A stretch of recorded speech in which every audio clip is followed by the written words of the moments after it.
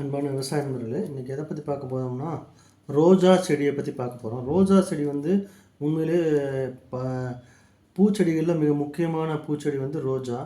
ஏன்னா வந்து ரோஜாவில் வந்து நிறைய பேர் வெளியில் வந்து வாங்கி ரோஜா செடி வைப்பாங்க.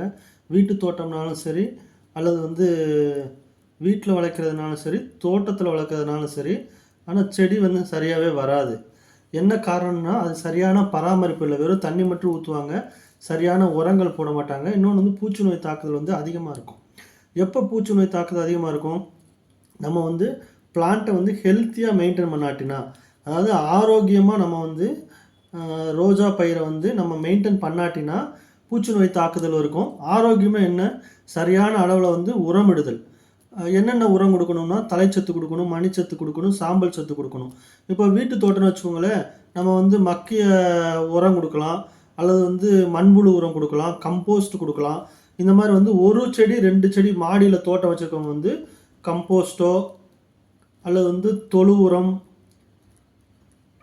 மண்புழு உரம் இந்த மாதிரி கொடுப்பாங்க. ஆனால் வந்து இதில் வந்து பூச்சி நோய் வந்துச்சுன்னா அதை எப்படி கட்டுப்படுத்தணுன்றது தெரியாது. ஸோ இதில் வந்து நம்ம வந்து என்னென்ன உரங்கள் வந்து தோட்டப்பயிராக பண்ணோம்னா என்னென்ன உரங்கள் கொடுக்கலாம், இது வீட்டு தோட்டத்துக்கும் இது உபயோகப்படுத்திக்கலாம். இது ரசாயன உரங்கள் தான் நல்லாயிருக்கும். அதோடு வந்து எந்தெந்த உரம் குறைவலாக இருந்தால் என்ன பற்றாக்குறை வருது அப்படின்றத பற்றி தான் பார்க்க போகிறோம்.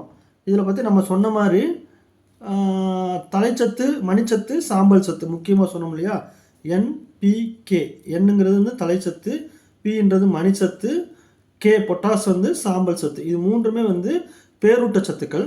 இந்த பேரூட்ட சத்துக்கள் ஒவ்வொரு செடிக்கும் எவ்வளோ தேவை அப்படின்னா, ஒரு வச்ச பிறகு யூரியான்றது என்ன, இது தலைச்சத்து கொடுக்குது. இது 5லிருந்து 10 கிராம் ஒரு செடிக்கு மாதத்திற்கு. 5லிருந்து 10 கிராம் ஒரு செடிக்கு மாதத்திற்கு. பெருசாக இருந்துச்சுன்னா பெரிய செடிக்கு வச்சுக்கோங்களேன், பூக்க ஆரம்பித்த பிறகு கொடுக்கணும். சின்ன செடிக்கு வந்து நமக்கு தேவையில்லை, பெருசாக உரம் கொடுக்க தேவையில்லை. அடுத்ததாக வந்து சிங்கிள் சூப்பர் பாஸ்பேட்னு வச்சுக்கோங்களேன். இது வந்து என்ன கொடுக்குது? பாஸ்பரஸ் கொடுக்குது, மணிச்சத்து கொடுக்குது. இது வந்து 10லிருந்து 15 கிராம் ஒரு செடிக்கு ஒரு மாதத்திற்கு. ஓகேங்களா? அதுக்கடுத்து மணிச்சத்து சொன்னோம் இல்லையா, மியூரேட் ஆஃப் பொட்டாஸ். இது வந்து பொட்டாஸ் சத்து. மியூரேட் ஆஃப் பொட்டாஸ் எவ்வளோ கொடுக்கணும்? 5லிருந்து 10 கிராம் ஒரு செடிக்கு ஒரு மாதத்திற்கு. இதுதான் வந்து பேரூட்ட சத்துங்கள். இது வந்து நீங்கள் தொட்டியில் செடி வச்சிருந்தா கூட, நீங்கள் தொட்டியில் செடி வச்சுருந்து வச்சுங்களேன், 19 காம்ப்ளெக்ஸாக விற்கிதுங்க, கடையிலே விற்கும் காம்ப்ளெக்ஸு. அது 1 கிலோ வாங்கிக்கலாம். 1 கிலோ வாங்கிட்டு 1 டீஸ்பூன் அளவில் நீங்கள் போட்டிங்கன்னா போதும். அதாவது 19 காம்ப்ளெக்ஸ் உரம் இருக்கும். கிலோவே வந்து 20 ரூபா 25 ரூபா தான் இருக்குங்க. அது வாங்கிட்டு 1 டீஸ்பூன் வந்து தண்ணியிலே கலக்கி, 1 டீஸ்பூன் எடுத்து அது 1 லிட்டர் தண்ணியில் கலக்கி நீங்கள் செடிகளுக்கு ஊற்றினாவே உங்களுக்கு எல்லா விதமான சத்துக்களும் கிடைக்கும். ஸோ இது வந்து முக்கியமான தலைச்சத்து. இதில் அதிகமாக நீங்கள் தலைச்சத்து வந்து நைட்ரஜன் வந்து அதிகமாகிடுச்சா என்ன வேணும்னா கொடி ஓடி வரும், இலைகள் மட்டுமே பெருசாக நீண்டு வரும். ஆனால் உங்களுக்கு பூ எதுவுமே பூக்காது. அதனால் வந்து எப்போயுமே தலைச்சத்து போடக்கூடிய அளவை குறைச்சிக்கிறணும். பாஸ்பரஸும் பொட்டாசும் தான் வந்து செடிக்கு மிக முக்கியம். பாஸ்பரஸ் கொடுத்தா என்னென்னா பூ வந்து நல்லா மொட்டு நல்லா பெரியதாகவும் அதிகமாகவும் வரும். அதனால் வந்து எப்போயுமே உரத்தில் வந்து நமக்கு பாஸ்பரஸ் உரமும் பொட்டாஸ் உரமும் மிக முக்கியமானது.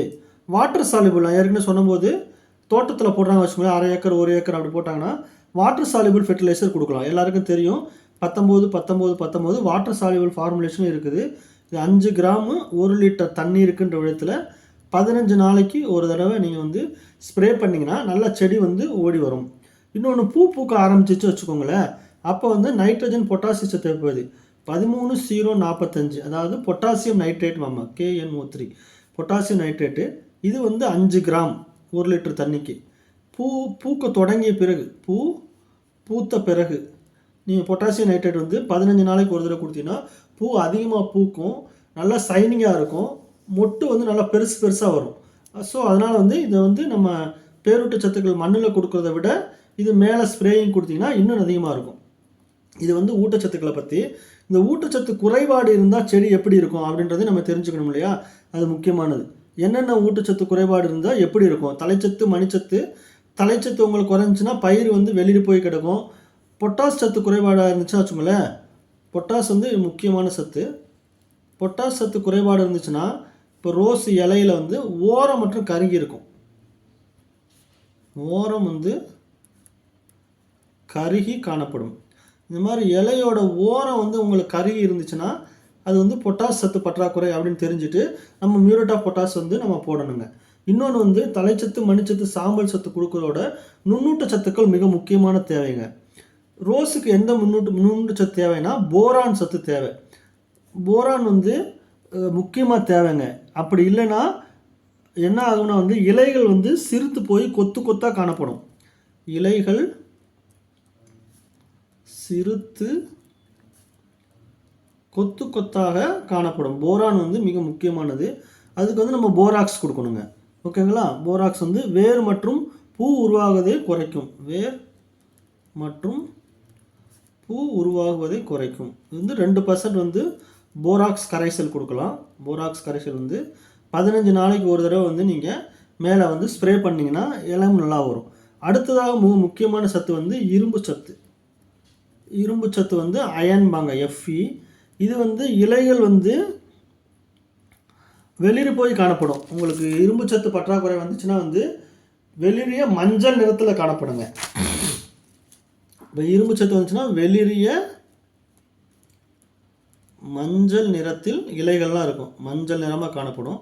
அப்படி இருந்துச்சுன்னா இரும்பு பற்றாக்குறை போட்டு ஃபெர்ரஸ் சல்ஃபேட் கொடுக்கலாம்.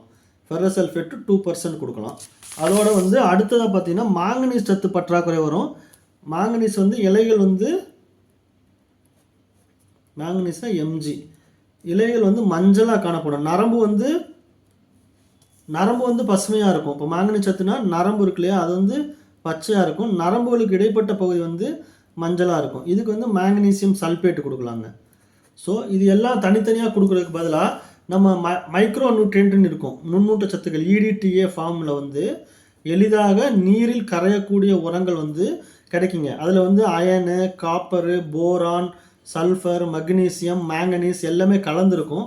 அந்த மாதிரி எல்லாம் கலந்த நுண்ணூட்ட சத்து உரம் EDT ஃபார்மேட் நீரில் கரையக்கூடிய உரங்களை வாங்கி 2 கிராம் 1 லிட்டர் தண்ணீருக்கு கரெக்டு நீங்கள் வந்து 15 நாட்களுக்கு ஒரு முறை நீங்கள் மேலே ஸ்ப்ரே பண்ணிக்கலாம்.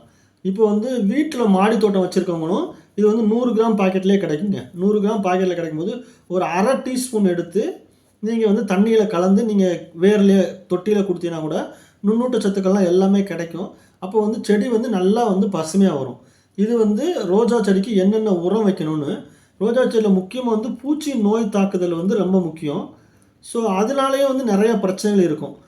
அன்பான விவசாய பெருமக்களே, உங்களுக்கு யாருக்காவது வந்து ரோஸில் வந்து என்னென்ன பூச்சி இருக்குது, என்னென்ன நோய் வரும், அதை வந்து எந்த முறையில் கட்டுப்படுத்தலாம் அப்படின்ற தேவைன்னா நீங்கள் கமெண்ட்டில் கொடுங்க. நான் வந்து ரோஸுக்கு சம்மந்தமான அந்த பூச்சி நோய் தாக்குதல் சம்மந்தமான வீடியோவை தயார் பண்ணி போடுறேன். மேலும் உங்களுக்கு தகவலுக்கு வந்துச்சுன்னா இந்த நம்பருக்கு வந்து நீங்கள் வாட்ஸ்அப்பில் வந்து மெசேஜ் கொடுங்க.